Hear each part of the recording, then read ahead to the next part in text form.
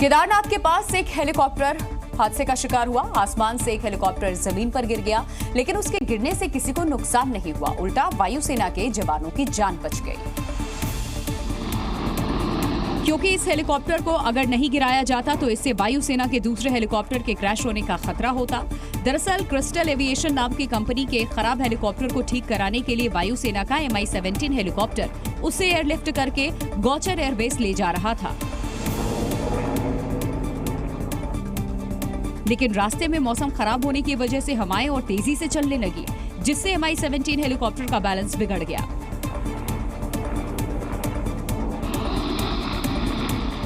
जिसके बाद पायलट ने सूझबूझ दिखाते हुए उस खराब हेलीकॉप्टर को जमीन पर गिराने का फैसला लिया। पायलट ने हादसे की आशंका को देखते हुए इसे सुरक्षित जगह पर ड्रॉप कर दिया। थारू कैंप घाटी में खाली जगह देखकर हेलीकॉप्टर को वहां गिराया गया। यहां आबादी नहीं है, इसीलिए हेलीकॉप्टर के गिरने से सिर्फ कंपनी को आर्थिक नुकसान हुआ, उसके अलावा किसी की जान नहीं गई। ड्रॉप किए गए क्रिस्टल एविएशन के हेलीकॉप्टर की 24 मई को केदारनाथ में इमरजेंसी लैंडिंग हुई थी, तभी से ये हेलीपैड पर खड़ा था। अपने पड़ोसी देशों को डरा धमकाकर रखने और उन पर धौंस दिखाने वाली चीन की आदत एक बार फिर सामने आई। दक्षिण चीन सागर में चीन अपनी नौसेना के दम पर फिलीपींस को धमकाता और डराता नजर आया। सागर से चीन की शराफत की पोल खोलता एक वीडियो सामने आया। दक्षिण चीन सागर में एक चीनी तटरक्षक जहाज ने जानबूझकर फिलीपींस के तटरक्षक जहाज BRP टेरेसा मैकबानुआ को 3 बार टक्कर मारी। इस घटना से विवादित जल क्षेत्र में दोनों देशों के बीच तनाव एक बार फिर बढ़ता नजर आ रहा है, क्योंकि चीनी जहाज अगर एक बार टकराया होता तो माना जा सकता था कि दुर्घटना के कारण ऐसा हुआ, लेकिन 3 बार अलग अलग दिशाओं से जिस तरीके से चीनी जहाज ने फिलीपींस के जहाज को टक्कर मारी, उससे ये घटना चीन की दादागिरी को दिखाती है। हालांकि इस घटना पर चीन ने अपना पक्ष भी रखा है। चीन के माउथपीस कहे जाने वाले ग्लोबल टाइम्स ने फिलीपींस को ही धमकाया है और आरोप लगाया है कि फिलीपींस ने उकसावे वाली कार्रवाई की और जानबूझकर चीनी जहाज को टक्कर मारी। मध्य प्रदेश सरकार ने राज्य के सरकारी कर्मचारियों के लिए नया नियम लागू कर दिया और इस नियम के तहत अगर अब कोई कर्मचारी प्रमोशन लेने से मना करता है तो उसे नौकरी में बड़ा नुकसान उठाना पड़ेगा। चूंकि सरकार का मानना है कि कई कर्मचारी तबादले के डर से प्रमोशन लेने से बचते हैं, ऐसे में राज्य के सामान्य प्रशासन विभाग ने इस संबंध में बड़ा आदेश जारी कर दिया। नए आदेश के मुताबिक अब कोई कर्मचारी प्रमोशन लेने से मना नहीं कर पाएंगे। कर्मचारियों को प्रमोशन देने के साथ साथ जहां ट्रांसफर कर दिया जाएगा, उन्हें वहां जाकर तय समय में ड्यूटी ज्वाइन करनी होगी। अगर कोई कर्मचारी तबादले के डर से प्रमोशन लेने से मना करेगा तो उसका भविष्य में कभी प्रमोशन नहीं किया जाएगा। प्रमोशन लेने से मना करने वाले कर्मचारियों का आगे कभी वेतन नहीं बढ़ाया जाएगा। हालांकि कर्मचारी की पहले कभी वेतन वृद्धि हुई है तो वो वेतन वृद्धि का लाभ उसे मिलता रहेगा, लेकिन इसके बाद उसे कभी ना तो प्रमोशन मिलेगा और ना ही ऐसे कर्मचारियों का वेतन बढ़ाया जाएगा। मध्य प्रदेश सरकार ने अपने इस फैसले को तत्काल प्रभाव से लागू किया है और प्रदेश सरकार के इस फैसले का असर राज्य के करीब 7.5 लाख कर्मचारियों पर पड़ेगा। हालांकि सरकार के इस फैसले का कर्मचारी संगठन विरोध भी कर रहे हैं। वहीं मध्य प्रदेश की मोहन यादव सरकार ने कैबिनेट बैठक में एक और बड़ा फैसला लिया। इस फैसले को ब्यूरोक्रेसी पर लगाम लगाने के तौर पर देखा जा रहा है।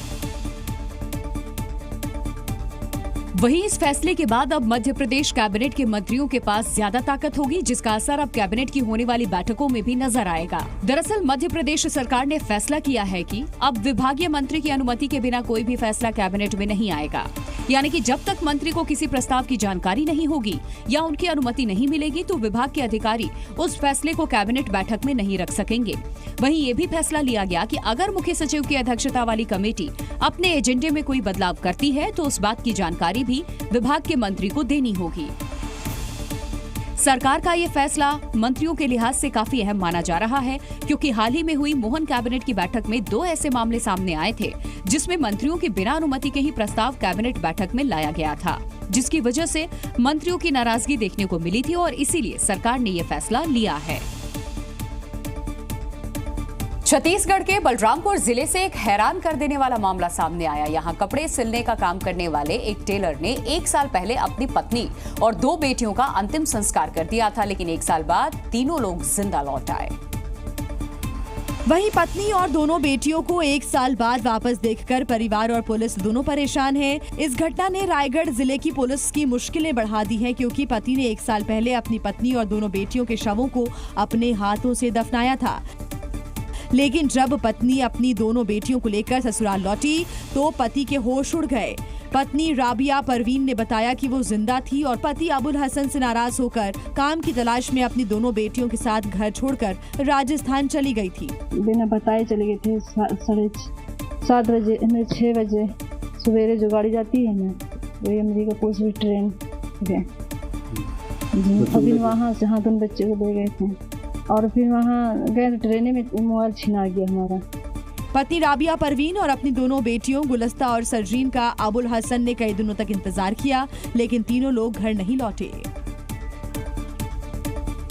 इस दौरान अबुल हसन की जिंदगी में सबसे बुरा दौर आया। अबुल हसन को रायगढ़ जिले के खरसिया थाना क्षेत्र में एक महिला और 2 बच्चों के शव पड़े होने की सूचना मिली, जिसके बाद पुलिस ने अपने बीवी बच्चों की तलाश कर रहे अबुल हसन को शिनाख्त के लिए बुलाया।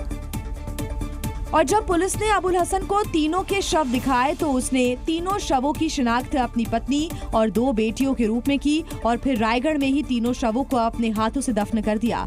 अबुल हसन ने बताया कि शव पूरी तरह से सड़ चुका था, इसलिए वो अपनी पत्नी की पहचान नहीं कर पा रहा था, लेकिन बेटियों को देखकर उसे लगा कि ये शव उसकी पत्नी परवीन और दोनों बेटियों के हैं। ठीक है, ऐसे आपको क्या हुआ कि नहीं ले रहे थे, कंफ्यूजन था, फिर दूसरे भी नहीं ले रहे थे, लोग कहेंगे नहीं लीजिए आप ही का ये है नहीं, तो फिर हुए लिए, फिर ये पोस्टमार्टम होकर हुआ, बच्चे लोग इसे है। यही अबुल हसन से गलती हुई, जिससे उसने अपनी पत्नी और बेटियां समझकर दफना दिया। वो कोई और थे। हालांकि पत्नी और बेटियों के वापस लौटने के बाद अबुल हसन काफी खुश है, वहीं परेशान भी है। वहीं घर लौटने के बाद अबुल हसन की बेटी ने भी आप बीती बताई। अबुल हसन की बेटी सिजरा ने बताया कि राजस्थान में जहां वो रहती थी, वो लोग उनके साथ मारपीट करते थे। क्या करते थे? पढ़ाई करते थे? हैं? मारते थे वो। मारते थे? हाँ। कौन मारता था? वही आदमी। क्या बोलते थे? बोलता था कि हड्डी नहीं जाएगा।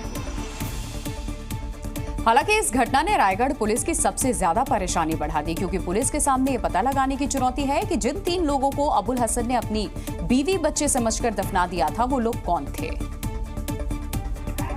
और उन तीनों लोगों की हत्या करके किसने फेंक दिया था।